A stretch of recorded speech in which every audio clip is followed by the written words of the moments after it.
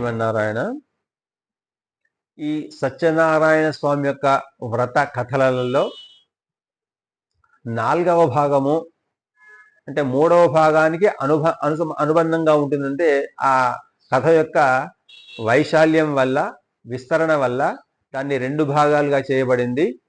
అది 4వ భాగంగా విస్తరింపబడింది.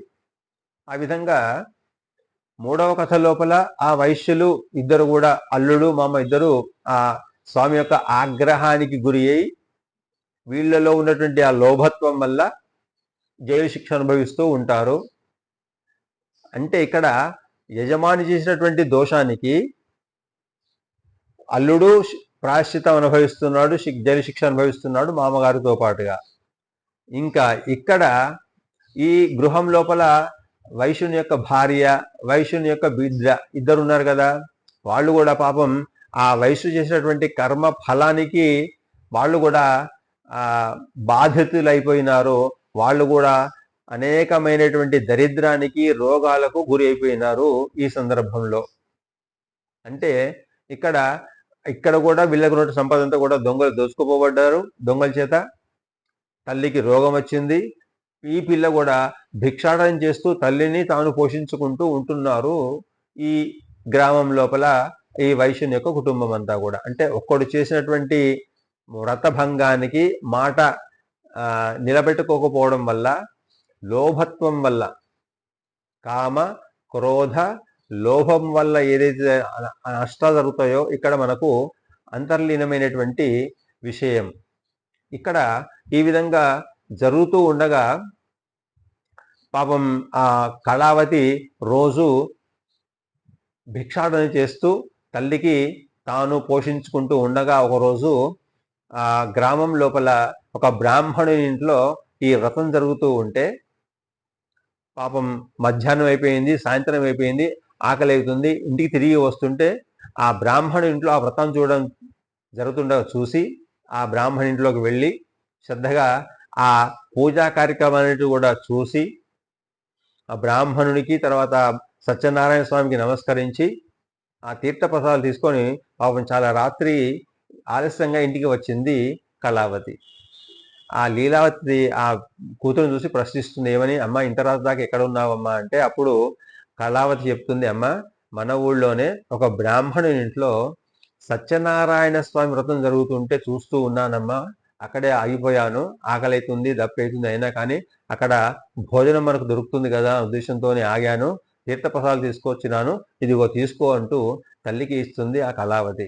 అప్పుడు గుర్తుకొస్తుంది తల్లికి, అప్పటి వరకు కూడా తాము చేసినటువంటి ప్రతిజ్ఞ ఏదైతే ఉందో, తాము ఇచ్చినటువంటి మాట ఏదైతే ఉందో, అంటే భగవంతుడు కేవలం పూజ చేస్తే అనుగ్రహించకపోవడం ఇక్కడ ముఖ్యం కాదు. ఎవరైతే నిష్ట కలిగి ఉంటారో, సత్యం పట్ల, ధర్మం పట్ల, కర్మ పట్ల నిష్ట కలిగి ఉంటారో అది పరీక్షించడం అనేది ప్రధానమైనటువంటిది. వ్యక్తులలో మానసికంగా మార్పు రావడము, శారీరకంగా మార్పు రావడము, ప్రవర్తనలో మార్పు రావడం అనేది ఇక్కడ ప్రధానంగా మనకు గమనించాల్సినటువంటి విషయం. అక్కడ పాపం అప్పుడు గుర్తు వచ్చి తల్లి వెంటనే, అయ్యో నువ్వు పుడితే మేము వ్రతం చేస్తామని ప్రతిజ్ఞ చేశాం తల్లి, బహుశా మన ఈ దరిద్రానికి కారణము అదే కారణం కావచ్చు. అంటే ఇచ్చిన మాట మేము నిలబెట్టుకోకపోవడం వల్ల మొక్కుతాం సాధారణంగా ఆపదలలో. ఇక్కడ ఆపదల మొక్కులు, సంపదల తీర్పులు అంటాం, కానీ ఎప్పుడైతే సంపదలు వస్తాయో వాటిని మర్చిపోతూ ఉంటాం సాధారణంగా. రెండవది, ఏదైతే మనం ప్రయోజనం పొందినామో అది మన శక్తి సామర్థ్యాల వల్ల లభించింది అనుకుంటాం సాధారణంగా.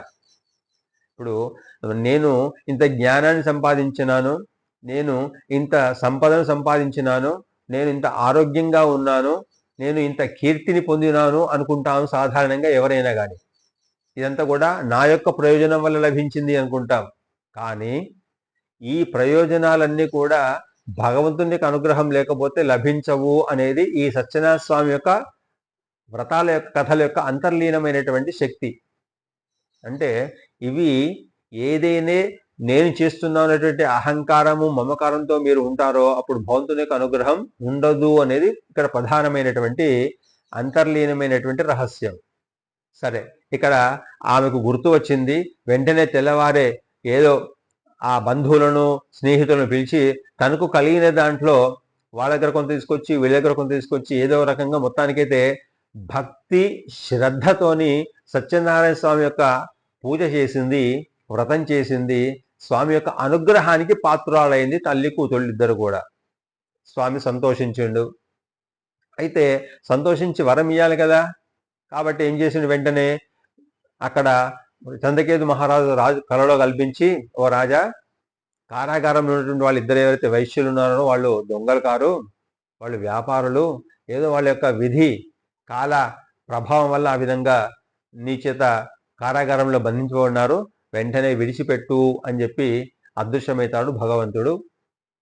ఆ రాజుకు వెంటనే తెల్లవారి రాజు సభను ఏర్పాటు చేసి మంత్రులందరినీ పిలిచి రాత్రి వచ్చిన కళ విషయాలన్నీ కూడా చెప్పి ఆ ఇద్దరు వర్తకులను తీసుకున్నామని చెప్పి చెప్తారు. ఆ వర్తకులు భయపడుతూ రాజు ముందు నిలబడతారు. కానీ తమ యొక్క గోడును చెప్పుకుందామంటే అప్పుడు రాజు ఏమంటారు, భయపడాల్సిన పని లేదు, ఇది కాలం యొక్క ప్రభావం వల్ల మీకు ఈ విధంగా జరిగింది. దైవ ప్రాతికూల్యం, మీరు ఏదో బహుశా దోషం చేసి ఉంటారు, ఆ దైవం యొక్క ప్రాతికూల్యం వల్ల, ఆగ్రహం వల్ల మీకు విధంగా జైలు శిక్ష లభించింది. ఇక మీకు భయం లేదు. రాత్రి మాకు భగవంతుడు కల్లో కనపడ్డాడు, నిన్ను విడిచిపెట్టమని చెప్పాడు, కాబట్టి విడిచిపెడుతున్నామని చెప్పి ఆ ధనాన్ని రెట్టింపుగా తిరిగి వ్యాపారానికి ఇచ్చి క్షేమంగా వెళ్ళని చెప్పి పంపించేస్తాడు ఆ రాజు. ఇది మూడవ కథలో ఉన్నటువంటి ప్రధానమైనటువంటిది. తర్వాత ఆ వైశ్యుడు తన అల్లునితో పాటుగా ప్రయాణమై అనేక మంది బ్రాహ్మణులకు దానాలు ఇచ్చుకుంటూ కొంత దూరం వెళ్తాడు. ఆ దూరం వెళ్ళిన తర్వాత ఇప్పుడు స్వామికి అసలు వీళ్ళని పరీక్షిద్దామని చెప్పి కోరిక కలిగింది స్వామికి. ఇప్పుడు ఇంతకుముందేమో ఆ వాళ్ళ గ్రామం లోపల తల్లి కూతుళ్ళు చేసిన వ్రతానికి సంతుష్టుడై రాజుకు అనిపించిండు.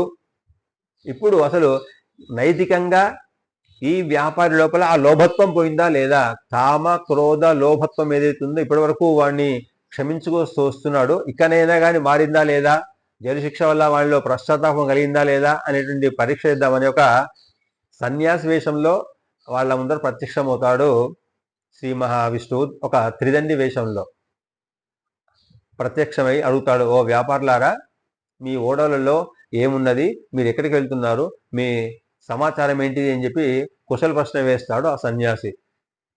ఆ సన్యాసికి నమస్కరిస్తూనే స్వామి, మీరు ఏ ఉద్దేశంతో అడుగుతున్నారో మా దగ్గర ఆ ఉద్దేశంతో మా దగ్గర ఆ పడవలలో ఆకులు అలములు తప్ప ధనమేమి సంచులేమీ లేవు అని చెప్పి హేళనగా ఎగతాళిగా ఆ స్వామిని, సన్యాసి రూపంలో ఉన్నటువంటి స్వామిని ఎగతాళి చేస్తారు ఈ వైశ్యుడు. సరే, మీ మాట ప్రకారంగానే తథాస్తు, అదే విధంగా ఉండుగాక అని చెప్పి తథాస్తు అని చెప్పి ఆ సన్యాసి కొంత దూరంలో వెయ్యి చెట్టు కింద ఇంకా ఈ లీల చూద్దాము, వీళ్ళ లోపల ఏమైనా మార్పు వచ్చిందా లేదా అని చెప్పి పరీక్ష చేద్దాము అనే ఉద్దేశంతో అక్కడ దూరంగా ఒక చెట్టు కింద కూర్చుంటాడట సన్యాసి.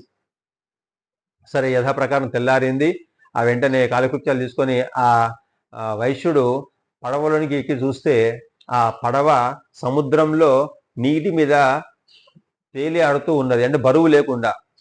అంటే ఆకులు అలములు ఏవైతే ఉన్నాయి అని చెప్పి ఈ వైశ్యుడు హేళనగా సన్యాసితో చెప్పాడో అదే మాట తథాస్తు అని ఆ సన్యాసి అన్నాడో అప్పుడే ఆ పడవలో ఉన్నటువంటి ధనము, ధాన్యము, బంగారు, రత్నాలు అన్నీ కూడా ఆకులు అలములుగా మారిపోయినాయి. పడవ నీటిపై తేలిపోయింది బరువు లేక.